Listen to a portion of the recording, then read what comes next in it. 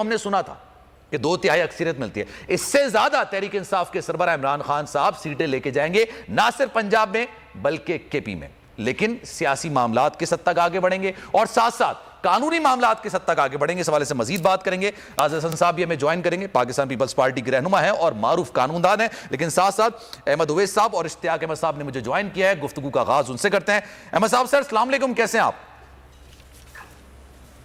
जी वालेकुम अस्सलाम। सर ये बताइएगा, जो इस वक्त माशी सूरत हाल अपनी जगह पर है, सियासी गहमा गहमी अपनी जगह पर है, लेकिन कुछ मामलात होते हैं अदालती मामलात, कानूनी मामलात।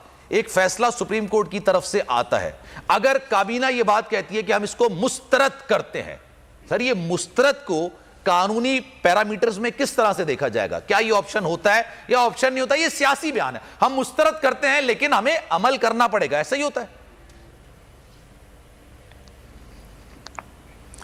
देखिए, बात यह है कि इस वक्त पीडीएम की हुकूमत जो है इस फैसले के बाद एक कंफ्यूजन का शिकार है और यके बाद दीगरे वो कोई डेस्परेट अटेम्प्ट्स कर रहे हैं। कभी पार्लियामेंट में रेजोल्यूशन करवा रहे हैं, कभी नेशनल सिक्योरिटी काउंसिल की मीटिंग बुलाई तो वहाँ भी डिस्कस ना हो सका ये। और दूसरी तरफ ये देखिए कि इलेक्शन के जो अदारे हैं वो सुप्रीम कोर्ट के उसी हुक्म के ऊपर उन्होंने बाकायदा मीटिंग बुला के उन्होंने काम अपना शुरू कर दिया है।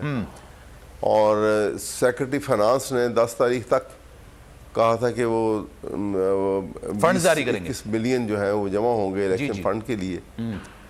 तो वो भी उन्होंने 10 बिलियन जो है 10 बिलियन जो है वो जमा करा दिए हैं। तो इसका मतलब ये है कि सुप्रीम कोर्ट का फैसला चाहते या ना चाहते हुए इम्प्लीमेंट हो रहा है और वो इम्प्लीमेंट होगा, क्योंकि इसी में साल्वेशन है पाकिस्तान की। इसी में साल्वेशन है सही रूल ऑफ लॉ के उस कॉन्सेप्ट की जिसकी बुनियाद के ऊपर डेमोक्रेसी और बिल्कुल। सर अगर आपकी इजाजत हो, क्योंकि एतजाज हसन साहब भी मेरे पास आ गए हैं, तो उसके जरा वो भी उनका भी कमेंट ले लें। एतजाज हसन साहब, अस्सलाम वालेकुम सर, मिजाज